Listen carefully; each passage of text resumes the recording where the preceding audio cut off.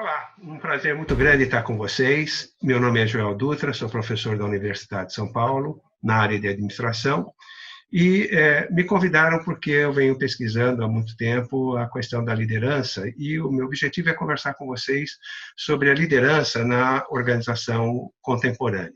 Para discutir sobre isso, nós quebramos a nossa apresentação em três partes. Eu gostaria de falar com vocês sobre a arena política dentro das nossas organizações, como nos movimentamos nessa arena política, como ocorre o processo de desenvolvimento da liderança e etapas desse processo nas nossas organizações. Falando inicialmente dessa arena política dentro das nossas organizações. Nós temos nas organizações o que a gente chama de trajetórias de carreira. Essas trajetórias, elas não são definidas por função ou por profissão. Elas são definidas por atribuições e responsabilidades de mesma natureza. Sempre que as pessoas estão desenvolvendo atribuições e responsabilidades de mesma natureza, elas estão na mesma trajetória. No meu caso, por exemplo, eu fiz administração de empresas, entrei pela área financeira na empresa, depois TI, depois recursos humanos, planejamento estratégico. Sempre estive na mesma trajetória porque eu estava olhando para dentro da empresa. O meu cliente em finanças, depois era o meu cliente em TI. Ou um engenheiro de produção que entra numa organização como engenheiro de operações, depois vira engenheiro de manutenção, engenheiro de processos, ele está na mesma trajetória. Embora em cargos diferentes, o trabalho dele é um trabalho de mesma natureza. Nós percebemos, ao longo das nossas pesquisas, que raramente as pessoas mudam de trajetória de carreira. E elas não mudam de trajetória de carreira tão facilmente por conta de que sempre que há uma mudança de trajetória de carreira, a gente está vivendo uma transição de carreira, uma transição de identidade profissional. Nós desenvolvemos uma identidade profissional dentro da trajetória que nós elegemos. Por isso que, normalmente, quando as pessoas transitam, elas sempre transitam em cargos dentro da mesma trajetória, ou se mudam de empresa na mesma trajetória, e mesmo mudando de país, mudam na mesma trajetória. Sempre que a gente muda de trajetória, então, a gente tem essa mudança de identidade profissional, e isso traz um estresse psicológico muito forte. Alguns teóricos associam esse estresse psicológico a uma separação conjugal. Eu já mudei 2 vezes de trajetória de carreira, mas nunca me separei, então não posso dizer para vocês se é semelhante ou não, mas dói muito. E por doer muito, os pesquisadores conseguiram identificar 4 fases típicas desse processo. Uma primeira fase é quando você decide fazer a transição de carreira. Ela é sempre uma decisão difícil, porque você está saindo da sua região de conforto e vai enfrentar o desconhecido. Mas muitas vezes isso ocorre porque você não vê mais perspectiva na trajetória que você abraçou. Então é o momento de fazer essa transição. O segundo momento, talvez seja o mais difícil, porque ele é basicamente emocional, é o momento em que você tem que renunciar à sua identidade profissional. Você não é mais aquilo, aquilo não te pertence mais. E a hora que você faz essa renúncia à sua identidade profissional, você naturalmente entra numa terceira fase, que é uma fase onde você sabe o que você não é, mas você não sabe o que você é, porque você não consolidou ainda uma nova identidade profissional. E essa fase é terrível porque você fica sem chão. Nós chamamos essa fase de limbo. A quarta fase é quando você começa a consolidar a sua nova identidade profissional e você percebe, então, que você não tem todos os conhecimentos, todas as habilidades necessárias a essa nova fase da sua vida profissional. E é muito comum a gente se sentir incompetente, a nossa autoestima cai, não é incomum as pessoas terem uma leve depressão nesse processo. Se eu pudesse criar uma imagem para vocês, é como se a gente estivesse numa piscina, todo mundo nadando crawl, borboleta, costas, e você nadando cachorrinho, quase se afogando. Essa é a sensação que a gente tem nesse momento. E por que eu estou trazendo isso para vocês? Porque quando um profissional técnico, um profissional funcional, vai para a carreira gerencial, ele está fazendo uma mudança de identidade profissional. Por que a posição gerencial não é uma continuidade natural da carreira de um profissional técnico, de um profissional funcional? Porque o que caracteriza o gerente não é o fato dele liderar pessoas. O que caracteriza o gerente é o fato dele estar gerenciando recursos escassos dentro da organização. E, portanto, o que caracteriza um gerente é o fato dele estar na arena política da organização. Então, vejam, eu posso ter uma pessoa que lidera pessoas, mas não está na arena política da organização, né? Porque ele não está disputando recursos. Quem disputa recursos é o gerente dele, é uma pessoa que está acima dele, embora ele lidere operacionalmente ou lidere tecnicamente um grupo de pessoas. E eu posso ter um gerente que está na arena política e não necessariamente ele tem subordinados diretos, né? Mas provavelmente ele lidera por influência, ele vai ter que influenciar outras pessoas que não estão necessariamente subordinadas a ele. Então, sempre que a pessoa assume uma posição gerencial, ele vai para a arena política e, claro, tem o exercício da liderança, ou uma liderança hierárquica, ou uma liderança por influência. O que ocorre é que, normalmente, as pessoas são despreparadas para essa arena política. Então, eu vou pegar o meu caso. Eu assumi uma posição gerencial quando era bastante jovem, não tinha nenhum preparo e a sensação que eu tinha era, ao final do dia, de não ter feito nada. Eu tinha ficado o dia inteiro em reuniões, e eu me sentia vazio, que não tinha contribuído. Quando eu punha a mão na massa, eu me sentia satisfeito, porque eu tinha feito alguma coisa concreta. E era exatamente o que eu não devia fazer. Então, nós até nos adaptarmos, até percebermos a dinâmica da função gerencial, demora um pouco. Por isso, é muito comum as pessoas terem muita dificuldade nesse processo de transição, de adaptação.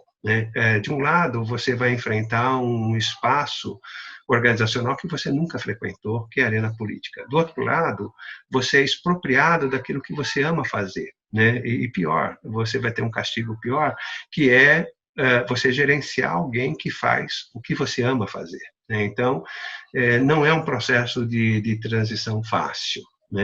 E por isso que o movimento inicial ele sempre é muito duro para as pessoas que assumem posições gerenciais. Algumas organizações têm colocado gestores mais experientes como mentores desses jovens gerentes, para ajudá-los a se inserir com mais facilidade na arena política, dominar esse novo contexto, criar uma interlocução nesse momento extremamente difícil.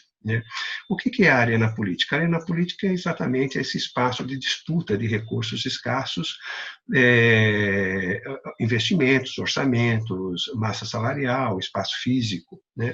Porém, eu queria ressaltar que há uma diferença entre a arena política do nível tático e a arena política do nível estratégico. Quando a pessoa alça para a arena política do nível estratégico, essa pessoa também não está mais discutindo simplesmente a divisão de recursos, mas está discutindo o futuro da organização, relação com os stakeholders, parcerias estratégicas. Nem sempre uma pessoa que é um bom líder tático se torna um bom líder estratégico. Então, nessas situações, é muito importante você ter a oportunidade de vivenciar a arena política para a qual você vai, antes de ir. Então, seria muito interessante pegar um profissional técnico que tem vocação para a arena política e expô-lo à arena política, através de um projeto que tem um componente técnico e também tem um componente político.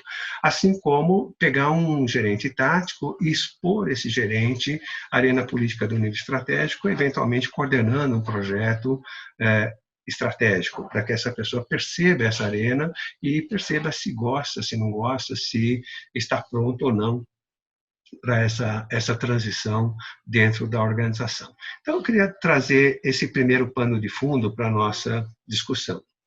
O segundo tópico é sobre o desenvolvimento da liderança nas organizações. Nós demoramos para encontrar a forma correta de pesquisar a liderança aqui no Brasil.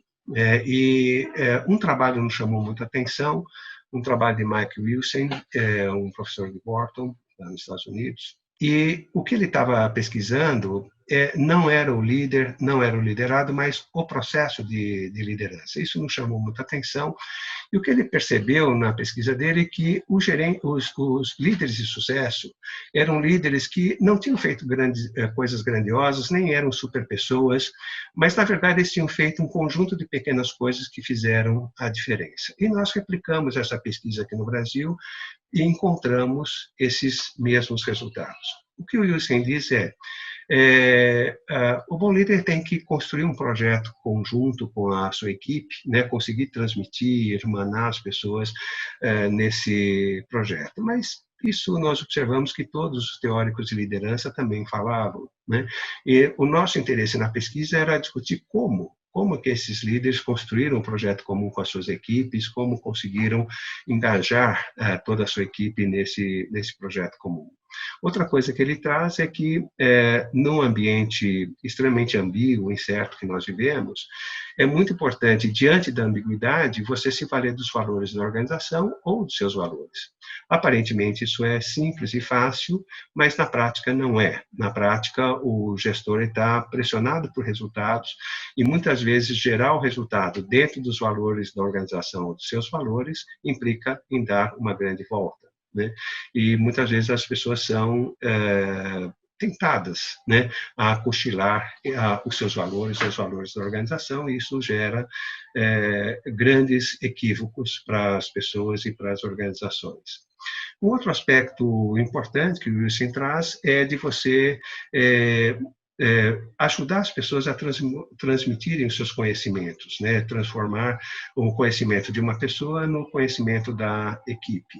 Novamente, parece fácil fazer isso, não é fácil, e nós observamos que os líderes de sucesso aqui no Brasil são pessoas que fazem isso muito bem e de uma forma muito natural. Nesses últimos anos, nós temos experimentado essas ações em algumas empresas. Em empresas, em áreas funcionais, de nós estimularmos o pessoal sênior a assumir a mentoria de pessoas mais júniores. E de uma forma ou de outra, você vai fazendo com que esse conhecimento ele circule dentro da equipe. Em áreas operacionais, nós temos estimulado operadores mais experientes desenvolverem operadores menos eficientes, e com isso a gente tem ganho acréscimos de produtividade, acréscimos de resposta das pessoas para a organização. Um quarto ponto que o Wilson traz, e aí nesse ponto nós perdemos para os líderes americanos, que é você preparar a sua equipe para uma situação adversa. A maior parte da nossa liderança acha que o céu vai ser de brigadeiro, não vai haver turbulência, e se houver uma turbulência, você corre o risco de perder o controle emocional da sua equipe. Quando você prepara as pessoas para a turbulência, quando vem a turbulência, todo mundo fica estressado, obviamente, mas cada um sabe o que fazer, né?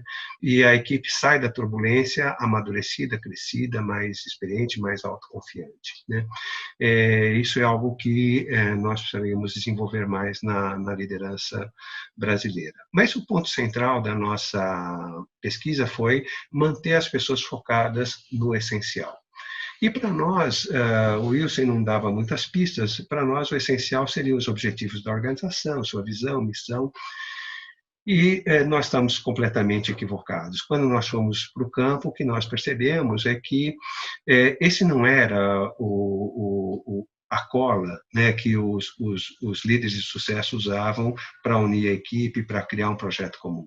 Eles achavam o seguinte, que você estabeleceu os objetivos da organização como cola, você está pegando algo muito volátil, muito de curta duração. Você tem que estabelecer esse acordo, esses compromissos em cima de coisas mais perenes. A maior parte dos líderes usou, de uma forma muito intuitiva, o desenvolvimento como cola, né? Então, o argumento era o seguinte, não importa se a gente vai para cá ou para lá, importa é que nós vamos nos desenvolver. Nós vamos nos desenvolver tirando partido dessas situações que nós estamos vivendo. E uma marca que constatamos nesses líderes de sucesso é que eles mobilizam, eles desafiam toda a sua equipe. E eu estou enaltecendo isso porque o que nós observamos é que a maior parte dos líderes brasileiros, eles se apoiam em uma ou duas pessoas da sua equipe, né? Eles indicam o descascador oficial de abacaxi, quer dizer, tudo que é abacaxi, tudo que é problema vai para aquelas pessoas. Então, aquelas pessoas enfrentam desafios, se desenvolvem, e você marginaliza as demais pessoas da equipe desse desenvolvimento, desse crescimento, né? E os líderes de sucesso, não, eles desafiam toda a equipe, claro, respeitando a capacidade de cada um. Isso foi uma marca que nós observamos nos líderes de sucesso. Ao fazer isso, você cria as bases para a criação de uma equipe de alta performance, né? Você cria um grupo que gosta do desafio, que busca o desafio, né? Um outro aspecto que o Wilson traz é de você usar os pontos fortes das pessoas, né? A tirar partido da diversidade da sua equipe. E o Wilson é o único autor de liderança na década de 90 que traz a seguinte questão, né? Você é um bom líder para a sua equipe, mas você é uma pessoa desgraçada politicamente. Você vai desgraçar a sua equipe. Do outro lado, se você é uma pessoa prestigiada politicamente, você transfere o seu prestígio para a sua equipe. E o que o Wilson traz é assim, a liderança não é simplesmente a liderança em relação à equipe. É muito importante que você também lidere seus pares, é muito importante que você lidere os seus chefes, né? O exercício da liderança é em todos os sentidos, é um sentido amplo, né? E dessa maneira você vai construindo alianças para enfrentar situações mais adversas, momentos mais delicados na vida das organizações.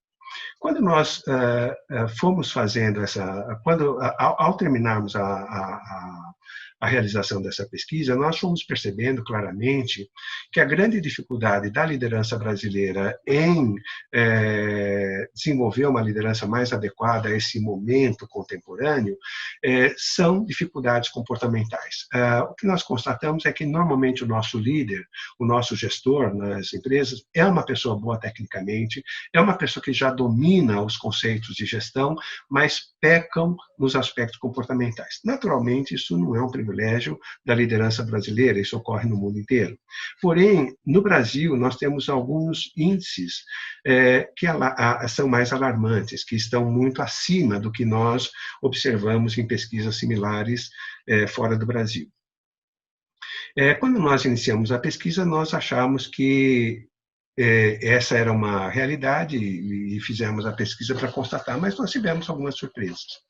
Eu achava, no início da pesquisa, que a grande deficiência da liderança brasileira fosse delegação. E qual não foi a nossa surpresa quando a gente percebe que a grande deficiência da nossa liderança é lidar com a diversidade. A liderança brasileira gosta de trabalhar com pessoas iguais a ela, né? E tem muita dificuldade de lidar com a diversidade. Só que a diversidade é uma realidade das nossas organizações e, principalmente em trabalhos mais intelectualizados, a diversidade é uma necessidade para garantir mais criatividade, inovação, respostas mais adequadas ao contexto. A delegação é um outro problema, né? A gente já tinha essa percepção. Outro problema típico da nossa liderança é diálogo com a equipe. O líder brasileiro não conversa com a equipe. E um quarto ponto que também nos chamou muita atenção, o líder brasileiro prefere trabalhar em feudos, trabalhar em silos. A maior parte das organizações estimula isto, né, através da formulação de metas, a forma de valorizar a nossa liderança. Então, a nossa liderança ela é pouco disposta ao trabalho cooperativo, a criar interfaces entre áreas, clientes, fornecedores. E esse é um grande problema porque, normalmente, as ineficiências organizacionais estão exatamente nas interfaces. Também, ao acompanharmos a introdução da inteligência artificial nas organizações brasileiras, nós observamos que uma competência que é extremamente demandada nesse contexto de tecnologia é exatamente a cooperação, é a visão sistêmica, coisas que nós não fomos percebendo, então, na nossa liderança. E um último ponto que eu gostaria de trazer para vocês são as etapas de desenvolvimento da liderança. Na época que nós estávamos fazendo aqui a pesquisa, o Rancharan estava lançando um livro nos Estados Unidos, Leadership Pipeline. E o que ele dizia é que, na medida que o líder vai evoluindo na sua carreira, ele vai tendo dificuldades típicas. Por exemplo, eu sou um bom profissional e eu sou chamado a liderar os meus colegas, e o que vai acontecer é que eu gosto de executar, né? Então eu vou executar e vou ter muita dificuldade de delegar. Mas eu cresço, eu me desenvolvo, viro um gerente tático e passo a ser um líder de líderes. Então, eu vou liderar pessoas que lideram pessoas. Ou eu estou liderando uma equipe de sêniors, que lidera uma equipe de plenos e júniors, ou um supervisor operacional, um supervisor técnico, né? Só que, até então, eu sempre liderei executores. Então, eu tendo a tratar os meus liderados como executores. E, além disso, eu tenho muita dificuldade de fazer as interfaces. Vejo que não é um privilégio só do Brasil, nosso, né? Essa é uma realidade que a gente vai observar no resto do mundo. Daí a pessoa evolui, vai para um nível estratégico, e no nível estratégico ele deveria estar 80% voltado para a relação com stakeholders, 20% voltado para dentro, e o que ocorre é ao contrário, né? Se a pessoa vai para o nível estratégico, fica 80% do tempo olhando para dentro da empresa e 20% olhando para fora. Bom, nós pesquisamos isso aqui no Brasil e constatamos a mesma realidade, né? Então, é válido para a nossa realidade, e mais fortemente, nós observamos que em todas as empresas pesquisadas, nós temos um nivelamento por baixo. Nós temos os profissionais do nível tático atuando no nível operacional e o pessoal do nível estratégico atuando no nível tático, né? Então, nós temos esse nivelamento por baixo nas nossas organizações. E, na época que nós estávamos fazendo a pesquisa, nós tínhamos alguns focus group, com quem nós trocávamos os resultados da nossa pesquisa.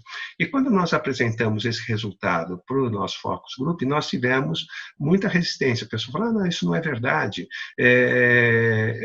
O meu focus group era muito de pessoas do nível tático. Eles falaram, não, isso não acontece, né? Mas a gente foi mostrando as evidências da pesquisa, e daí eles foram percebendo que realmente eles faziam aquilo. E por que eles faziam, né? Eu perguntei. Porque eu não tenho para quem delegar. Mas isso cria um ciclo vicioso, né? Eu não tenho para quem delegar porque eu não delego, né? E quem tem que quebrar esse ciclo vicioso é o líder, né? O pessoal ficou muito impactado com isso, e nós achamos que aquelas discussões gerariam, né, nos nossos participantes algum tipo de movimentação para mudar esse estado de coisa. Voltando a essas empresas, um ano e meio depois, a gente observou que não tinha acontecido nada, né? O pessoal absorveu o choque e continuava fazendo a mesma coisa. Isso também nos impactou, né? E aí nós começamos a usar um outro dado de pesquisa que a gente tinha negligenciado e que foi muito importante para nós e para a formulação de toda essa consciência de etapas. Nós analisamos a biografia de vários líderes que tinham saído de um nível operacional e tinham chegado no nível estratégico, em diferentes empresas, em diferentes momentos. E o que nós observamos? Que essas biografias, elas tinham elementos comuns, né? Isso, para pesquisador, é ouro puro, né? Nós vimos ali um padrão, né? E qual é esse padrão? Um profissional técnico ou um supervisor operacional assume um nível tático. O que acontece? Ele traz junto com ele uma série de tranqueiras. Isso é natural, porque isso te dá identidade, né? Então, eu assumo um nível tático e continuo fazendo coisas operacionais, eu assumo um nível tático e continuo ainda com algumas incumbências técnicas. Só que esse tipo de postura, ele é reforçado por cima. O diretor desse gerente cobra dele aspectos técnicos, cobra dele aspectos operacionais, né? Então, aparentemente, ele fica numa situação confortável. Ele está numa posição gerencial, com status gerencial, e não precisou abrir mão daquilo que ele ama fazer, né? Ele não precisou delegar o que ele ama fazer. Só que isso é uma armadilha, porque o que acontece? Se ele não se consolida na posição gerencial, ele não evolui, né? Então, nós fomos percebendo que um passo fundamental seguinte é a pessoa se desfazer daquelas tranqueiras, se consolidar na posição gerencial, Porque somente na medida que ele se consolida na posição gerencial, ele consegue ampliar seu espaço político. E, normalmente, a ampliação do espaço político é feita através de interfaces com pares, com clientes, com fornecedores. Por isso, o trabalho cooperativo ele é importante, não só para a organização, mas para o desenvolvimento do gerente, do gestor. Na medida que você começa a construir essas interfaces, você amplia o seu espaço político, você amplia a sua reputação, amplia a sua influência dentro da organização. Naturalmente, isso não é feito de uma maneira simples. Se eu vou conversar com um par meu para melhorar a nossa interface, eu vou lá buscando lã e saio tosquiado, porque o meu par tem uma série de demandas em relação a mim. Então, sempre que eu vou melhorar as interfaces, isso traz mais demanda para a minha equipe e para mim, em termos de trabalho. Se eu não tiver a minha estrutura muito bem sedimentada, eu vou ter dificuldade de sustentar essas interfaces ao longo do tempo. Além disso, sempre que eu vou melhorar a interface, isso traz um risco político. Com quem que eu vou desenvolver parcerias, né, para assumir esse risco político? Com pessoas com reputação, pessoas que eu confio, né? Então, aquelas pessoas que vão ganhando mais espaço político, elas têm muito mais chances de amplificá-lo na sequência. A hora que eu vou para o processo sucessório, eu vou pensar em alguém para o nível estratégico da organização, quem que eu vou pensar? Eu vou pensar numa pessoa que está no nível tático e tem o reconhecimento dos seus pares. Ou seja, é uma pessoa que tem um espaço político ampliado. Então, vejam que essa é uma sequência importante, e eu tenho, então, um gerente tático, ele pode estar em 4 situações. Ou ele não ocupou totalmente a posição, ele ocupou totalmente a posição, ele já está com um espaço político ampliado, ou ele já está assumindo algumas incumbências do nível estratégico, ele já está numa posição de transição para o nível estratégico. É importante a gente perceber que nessas 4 fases, nesses 4 momentos diferentes, eu vou ter que desenvolver competências diferentes, né? Nessa fase que eu preciso me consolidar, eu preciso mostrar resultado, né? Se eu não mostrar resultado, eu não me sustento, mas, ao mesmo tempo, eu tenho que desenvolver a minha equipe. Se eu não desenvolver a minha equipe, eu não consigo preparar pessoas para receber a delegação, né? Ao mesmo tempo, quando eu me consolido na posição, eu preciso ampliar minha visão sistêmica, eu preciso desenvolver parcerias, né? E quando eu vou me preparando para o nível estratégico, eu preciso desenvolver uma visão estratégica, mas, principalmente, eu preciso desenvolver sucessores, né? Se eu não desenvolver sucessores, eu não tenho como incorporar uma carga diferente de trabalho, uma carga já do nível estratégico, né? Então, vejam que nessas diferentes fases eu tenho diferentes competências a serem desenvolvidas. Enfim, eu quis trazer esses elementos para incomodá-los. Espero que tenha acontecido. Espero que vocês tenham percebido uma série de coisas que a gente sabe intuitivamente, mas às vezes a gente não olha da forma estruturada como eu trouxe aqui para vocês, né? Espero que essa reflexão ajude a todos se tornarem melhores líderes, melhores gerentes, né? Um prazer enorme estar com vocês e um grande abraço. Como vimos, você pode se tornar um profissional de referência e um grande líder no mercado. O mercado atual está passando por inúmeras mudanças. Sabemos que se deixar levar em momentos de crise não é a melhor opção. Investir, inovar e mudar são termos mandatórios nessa realidade. Queremos que você acompanhe as transformações e entenda mais sobre as tendências, para conseguir avançar em sua carreira. Para isso, é fundamental uma rotina de constante atualização e formação, estudando em uma instituição reconhecida globalmente como a FIA Online. Para te ajudar nessa jornada, criamos condições especiais em cursos selecionados. Você terá acesso exclusivo a uma bolsa de estudos de 25% de desconto para o pagamento à vista ou 20% de desconto em todas as condições de parcelamento, além da opção de pagamento em 12 vezes sem juros no cartão de crédito. Avance em sua carreira e se torne um grande líder. Venha para a FIA Online. Amplie o seu mundo.